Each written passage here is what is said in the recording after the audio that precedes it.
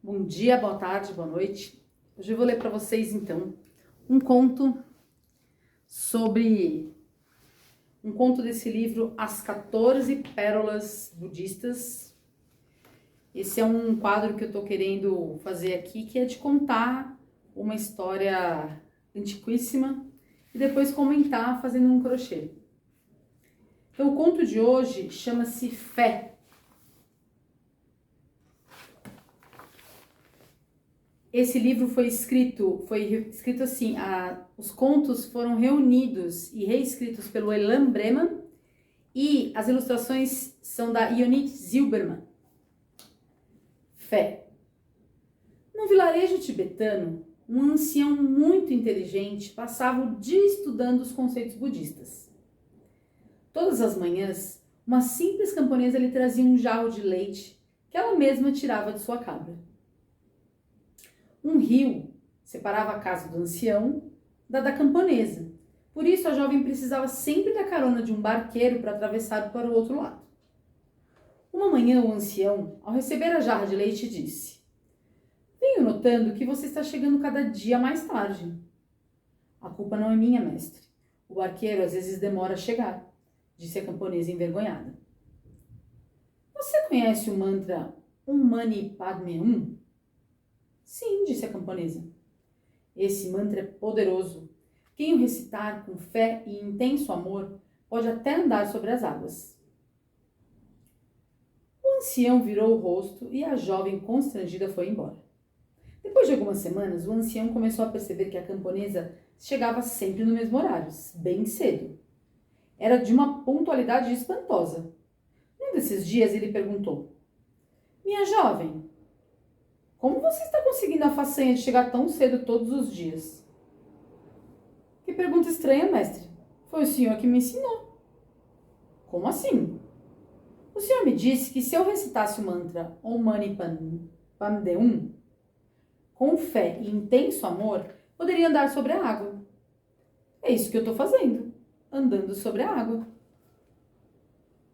O ancião não podia acreditar no que estava ouvindo e pediu que a camponesa lhe mostrasse tal feito miraculoso.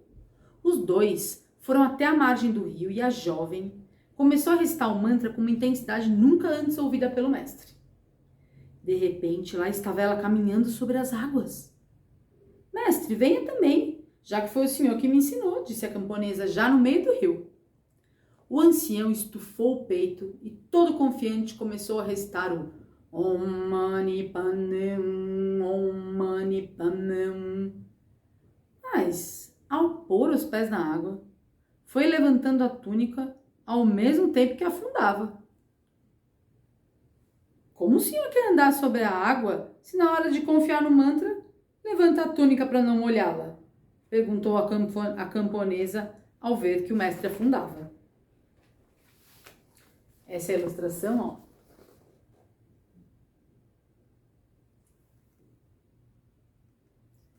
Esse livro de contos é uma coleção e tem vários. Cada livro tem vários contos de várias culturas diferentes, e aí, no geral, cada conto tem uma ilustração. Então, eu queria comentar um pouco sobre esse conto, fazendo aqui um crochêzinho, né? Que é uma coisa que eu amo fazer. Eu tô, neste momento, fazendo aqui esse. Vai ser um chale, sei lá, uma coisa assim. E aí eu queria comentar sobre o faça o que eu falo, mas não faça o que eu faço, né?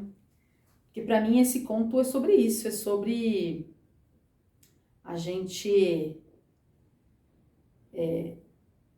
falar para os outros o que os outros precisam fazer, mas quando chega na nossa hora, a gente ou faz diferente ou não faz com a mesma fé que a gente sugere ao outro, né? O que é muito curioso, que é muito doido, né? Peraí, 1, 2, 3, 4, 5. É isso, gente. A gente vai conversar e parar aqui, porque, né? 1, 2, 3, 4, 5. Esse conto me faz pensar em muitas vezes em que eu já presenciei líderes religiosos fazendo coisas opostas ao que eles sugerem. E as pessoas que se colocam num lugar de ouvintes e de crentes, né? Crentes não no sentido de que a pessoa é evangélica necessariamente, mas... Peraí, preciso apertar um negócio aqui. Mas crentes no sentido de terem fé mesmo, né? Elas ouvem o líder religioso e fazem aquilo que ele sugere com tamanha força e integridade que a coisa acontece. E aí o líder em si, você vai ver que ele é só um humano, né? Ele é só uma pessoa que escolheu estar numa posição de liderança, mas ele, de liderança religiosa ainda, né? Mas, no final das contas, ele é só um humano. E isso faz com que ele seja errático, faz com que ele seja... faz com que ele seja falho, né?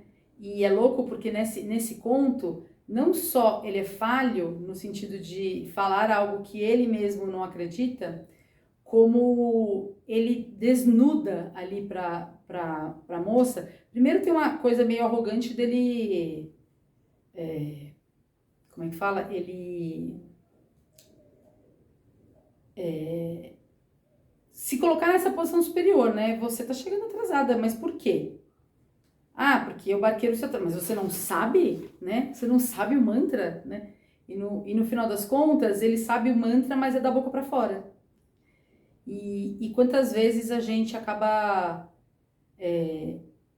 acreditando ou, sei lá, seguindo determinados líderes religiosos que falam coisas pra gente seguir, ou não precisa nem ser líder religioso, né? Uma figura de autoridade da nossa vida, assim. Pode ser qualquer figura de autoridade, né? Que fala com uma prepotência, fala com uma empáfia, e no final das contas, a pessoa mesmo, ela não só não acredita naquilo que ela tá falando pra você fazer com arrogância, né? Tá falando com arrogância, como ela comete erros talvez piores, talvez, não sei, mais toscos ou talvez mais simplórios, né? Então esse conto, eu acho esse conto interessante porque eu gosto desses contos curtos e de assuntos profundos, assim, sabe? Porque eles fazem a gente... Primeiro que eles falam de uma coisa que é estrutural e estruturante do ser humano, né? Que é ou faça o que eu falo, mas não faça o que eu faço, né?